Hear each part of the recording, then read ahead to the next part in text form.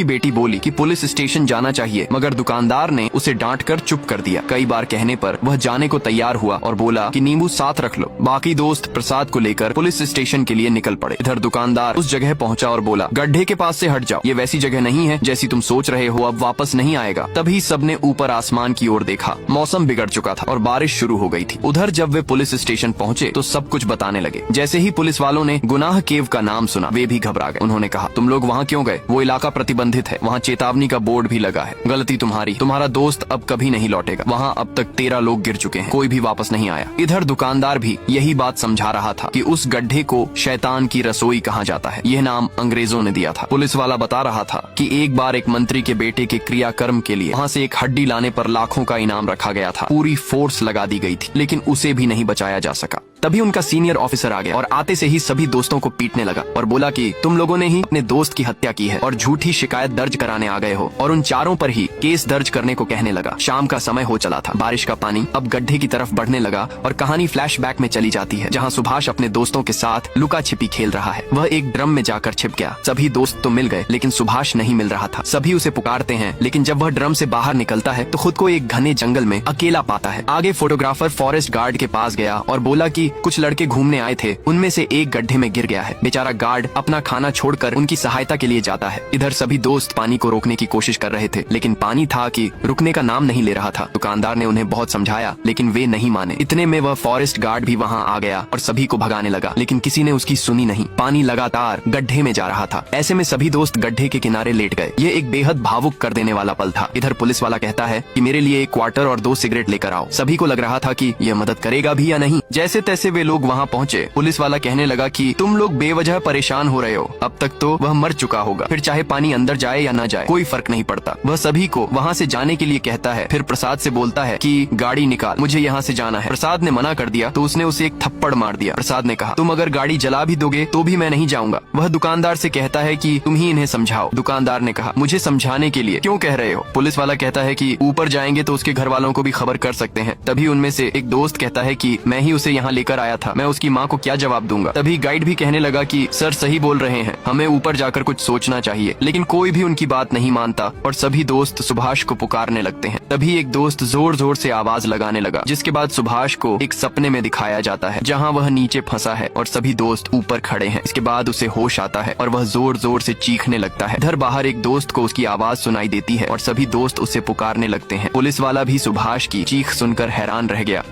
Rescue team वहां पहुंचकर उस गड्ढे में रस्सी डाल रही होती है। सारे दोस्त एक जगह बैठे थे। उन्हें देखकर एक ऑफिसर बोला, इन्हें यहाँ क्यों बैठा रखा है? ऊपर भेज उनको। पर वे सुनने को तैयार नहीं थे। सुभाष को गिरे काफी समय हो चुका था। तब एक दोस्त पुलिस वाले से कहता है, आप लोग में से कोई नीचे जाकर देखो। पर पुलिस वाला उसे ही उल्टा डांटने लगता है। तभी फोटोग्राफर कहता है, ये लोग सही बोल रहे हैं, क्योंकि उस गड्ढे का रास्ता आड़ा टेढ़ा है। इसके बाद एक ऑफिसर थॉमस को किसी आदमी को ढूंढने को कहता है, मगर सभी गड्ढे में उतरने से घबरा रहे थे। तभी कुटन गड्ढे में उतरने के लिए सामने आया और बोला, मैं उतरूंगा। पर पुलिस वाले कोई रिस्क नहीं लेना चाहते थे। लेकिन कुटन बोला, अगर ये नहीं हुआ तो हम सब इस गड्ढे में कूद जाएंगे। तब एक पुलिस वाला बोला, खुद को हीरो समझता है क्या? तभी दुकानदार कहने लगा, आप में से तो कोई नीचे नहीं उतर रहा, उसे क्यों डरा रहे हैं? तभी सुधी कुटन से कहता है, नीचे उतरना काफी रिस्की है, तूने ठीक से सोच तो लिया है ना? तब उसने कहा, तू मेरी जगह होता तो क्या करता? सुधी कहता है, तू नहीं उतरता तो मैं जाता। फिर कुटन को रस्सी बांधने की तकनीक सिखाई जाती है, पर उसे कुछ भी समझ नहीं आता। इसके बाद वह एक रस्सी लेकर नीचे उतरने लगा। कुटन को धीरे धीरे गड्ढे में उतारा जाने लगा। नीचे का रास्ता काफी गहरा और टेढ़ा मेढ़ा था। कुटन जैसे तैसे नीचे जा रहा था। वहाँ बहुत चमगादड़ भी थे। तभी थॉमस आकर पुलिस वाले से कहने लगा कि रस्सी खत्म हो गई है। इस पर पुलिस वाले ने कहा, तो और रस्सी लेकर आओ। लेकिन थॉमस बोला, वह 120 फीट नीचे है, नीचे ऑक्सीजन लेवल कम हो सकता है। तब सुधी कुटन से कहता है, नीचे सांस लेने में तकलीफ होगी। पर कुटन और रस्सी लाने को कहने लगा। पुलिस वाला उसे डांटता है और ऊपर खींचने को कहता है, लेकिन कुटन कहता है, अगर ऊपर खींचोगे तो मैं रस्सी काट दूंगा। मजबूरन उन्हें और रस्सी लानी पड़ी। गाँव वाले भी उनका साथ देने वहाँ पहुँच गए। कुछ दूर और नीचे जाने पर कुटन को सुभाष एक पत्थर के किनारे लटका हुआ दिखा। वह काफी बुरी हालत में था। कुटन उसके पास गया। तभी सुधी उससे पूछता है, उसे रस्सी बांधने की तकनीक याद है क्या? लेकिन उसे कुछ याद नहीं था। वह जैसे तैसे सुभाष को बांधकर ऊपर खींचने को बोलता है, लेकिन तभी सुभाष कुटन का गला पकड़ लिया, जिससे उनका बैलेंस बिगड़ गया और वे नीचे गिरने लगे। इधर ऊपर एक आदमी नीचे गिरते गिरते बचा। सभी दोस्तों ने आकर रस्सी पकड़ ली। सुभाष एक रस्सी के सहारे लटका हुआ था। कुटन ने उसे ऊपर खींचकर पकड़ लिया और खींचने को कहा।